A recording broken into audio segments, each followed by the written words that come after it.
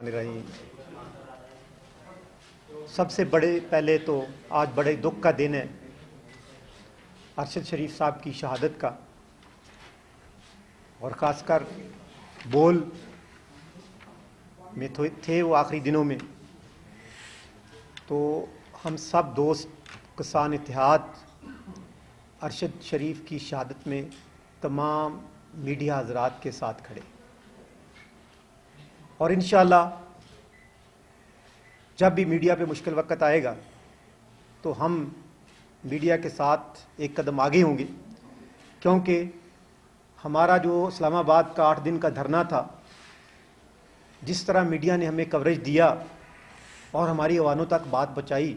हम बड़ी पार्टी तो थे नहीं या बड़े लीडर नहीं थे, लेकिन जिस तरह हमारा मैसेज उन्होंने कन्वे किया पूरे चैनल्स ने, हम उनका मशकूर हैं और उन्हीं की वजह से हमारी आवाज़ सुनी गई। और इंशाअल्लाह अल्लाह के हुक्म से हम मीडिया के साथ हर वक्त खड़े। आज प्रेस कॉन्फ्रेंस करने का मकसद एक तो अरशद शरीफ साहब की शहादत का था, उसकी इज़हार यकजहती के लिए और हमदर्दी के लिए। दूसरा, आप लोगों को पता है कि 8 दिन मैं इस्लामाबाद किसान इत्तेहाद बैठा रहा धरने पे। उसमें मुख्तलिफ मरहले आए, कभी हमारे खिलाफ ऑपरेशन की भी तैयारी हुई, कभी राना सनाउल्लाह से मेरी मीटिंग हुई और राना सनाउल्लाह से हमारी लड़ाई भी हो गई। इस तरह तारिक बशीर चीमा है जो फूड एंड सिक्योरिटी के फेडरल मिनिस्टर हैं, उससे भी हमारे इस हद तक चले गए कि जब भी वो कमेटी आती थी हम नहीं बैठते थे या वो नहीं बैठते थे। फिर आखिर हमारी प्राइम मिनिस्टर साहब से मीटिंग हुई।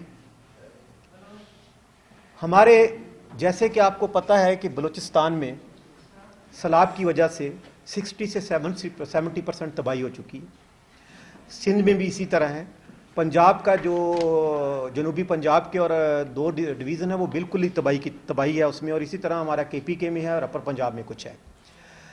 तो गवर्नमेंट जो बातें कर रही है, जो फंड हमारी किसानों के लिए, हमारी तबाही के लिए बाहर से आ रहे हैं, वो मेरे किसान तक, ज़िम्मेदार तक नहीं पहुँच रहे।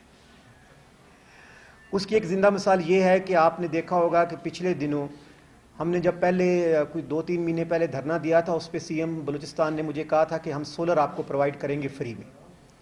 तो जो सोलर फ्री में प्रोवाइड किए गए, आप यकीन करें हमारे ज़िम्मेदारों को 1 या 2 मिले हैं, बाकी सारे के सारे करप्शन की नज़र हो गए, और वो सारे गवर्नमेंट और ठेकेदार ने मिल के उसको उनका पैसा हजम कर लिया है और हमारे किसानों तक वो सोलर नहीं पहुँचे। उसकी आज हमने एक एप्लीकेशन बनाई है। वो इधर से आपके से उठ के सीधे हम नैब के पास जाएंगे और चीफ सेक्रेटरी साहब से के पास जाएंगे और उनको कहेंगे कि इनके खिलाफ इंक्वायरी की जाए, और चीफ सेक्रेटरी से हम अपना रिकॉर्ड मांगेंगे कि किस किस किसान को मिला है, और इंशाल्लाह फिर वो जल्दी आपके सामने पेश करेंगे कि ये किसान को इन्होंने कहा था कि हमने देना है और इस किसान के पास अभी तक वो सोलर। पिछले हफ्ते उन्होंने कहा था कि हम आपका किसान पैकेज का ऐलान कर देंगे, लेकिन अभी तक ऐलान नहीं हुआ। उसी तरह हम बैठे हुए हैं।